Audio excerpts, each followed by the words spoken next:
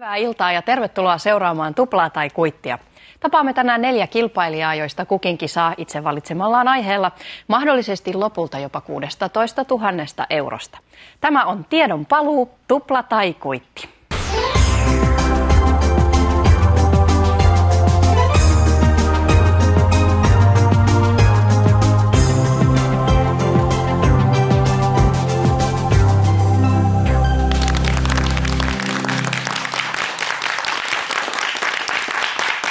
Tuplassa tai Kuitissa kilpailija siis nousee tietonsa voimin tasolta toiselle niin, että kullakin tasolla mahdollinen voittosumma tuplautuu. Liikkeelle lähdetään 500 eurosta ja lopulta 6. portaalla voittosumma on peräti 16 000 euroa. Kilpailija päättää itse, ottaako hän jo voittamansa summan vai ottaako sen sijaan tuplaamisen ja riskin menettää kaiken. Mutta sitten itse asiaan.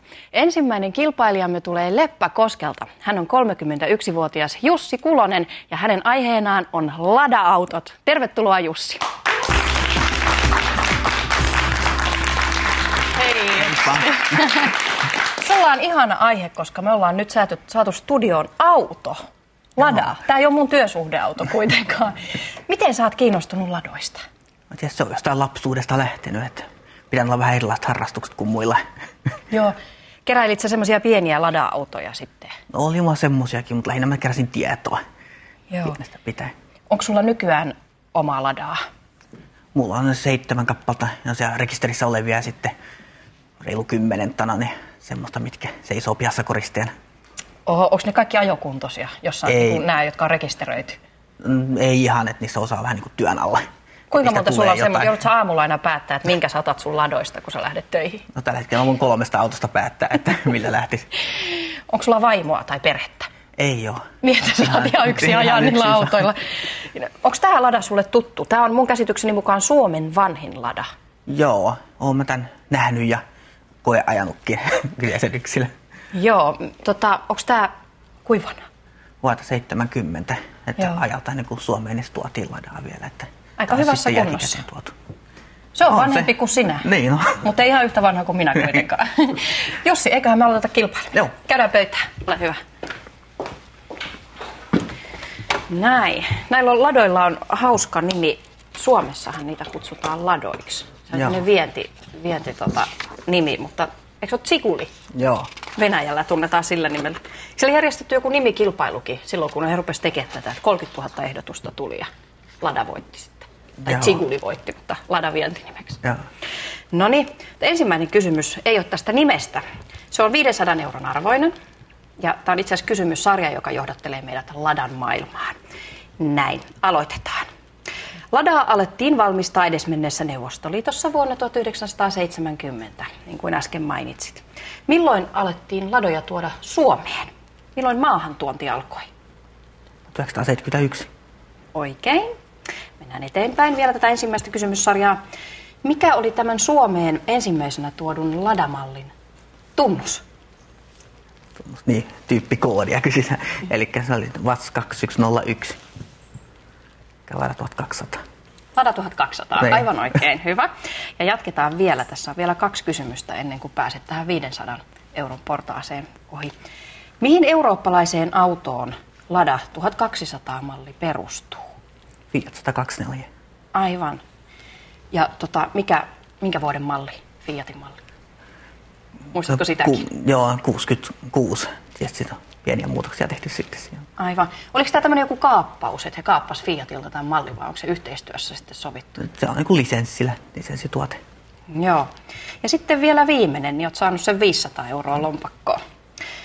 Miten, tämä onkin jo vähän hankalampi, miten tämän Fiat 124 ja Lada 1200 takajarrut eroavat toisistaan? Fiat 124 on levyjarrut takana ja Ladassa on rumpujarrut. Aivan oikein. Hienosti selvitin. Oletko purkanut ja koonnut monta Ladaa? No, taas kun mä nyt yhden purkanut sillä niin kokonaan. Niin... Sait sä sen kasaan takaisin? No, ei se ollut tarkoituskaan saada takaisin ihan kasaan. Se oli sellainen harjoituskappale. Niin. Joo, seuraava tehtävä on nimittäin, että purat ton Sitten kasaat sen ja sit ajetaan sillä ja katsotaan toimiiko. No niin. No ei oikeasti. Hyvältä. Meillä ei taida olla aikaa siihen. Mutta miten on Jussi? Haluatko 500 euroa vai tuplaatko? Tuplataan. No niin, hyvä. Eli seuraava kysymys on sinulle 1000 euron arvoinen. Lada 1300 tuli Suomeen vuonna 1974. Mitä uutta tässä mallissa oli verrattuna aiempaan 1200 malliin? Haluan sinun kertovan vähintään 5 yksityiskohtaista eroa. Joo. Onko helppo? On, joo. No niin, alappa kertoa. No, näkin moottori on eri, sitten puskurit on eri. Millä tavalla moottori? Moottori on isompi sylinteritilavuudeltaan ja teholtaan sitten kanssa. Mikä sylinterihalkasia? Nyt 79 millimetriä. Ahaa, okei. Entäs litranen? Litran tai 1,294 muistaakseni. Aivan oikein. 1,3 täällä pyöristyy. Joo. Hyvä, eli moottori sitten. Joo. Nyt puskurit on ilman noita käpyjä, semmoisella kumilistalla. Joo. Takavalot on semmoista kaksosta, mihinkä on yhdistetty heijastin. Tuo 200 on erillinen heijastin. Joo. Penkit on muotoiltu uudelleen. Ne on semmoiset syvennetyt, kun tuossa on tuommoiset pyöreämmät. Ja Nyt sulla on jo 4. Joo. Lähän noita löytyy. Kojetaulu on erilainen. Siinä on semmoinen puujäljitelmä.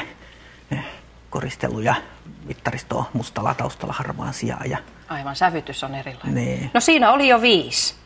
Se varmaan riittää. Sulla näköjään riittäisi näitä enemmän. Onko sulla itselläsi kumpaakin näitä mallia siellä pihalla ruostumassa? Itse asiassa ei muuten löydy. Ei löydy, mutta sä silti muistat näin hyvin, miltä ne näyttää. Joo. Aivan mahtavaa. Jussi, sä voitit tällä vastauksella 1000 euroa. Näin. Miten on? Uskotko Lada-tietämykseesi niin paljon, että haluat jatkaa kanssamme? Tuplataanko vai kuitataanko? Uskonko mä, mutta kyllä täytyy kokeilla, että tuplataan. Hienoa. Eli Jussi, me tavataan tulevissa jaksoissa. Hienoa.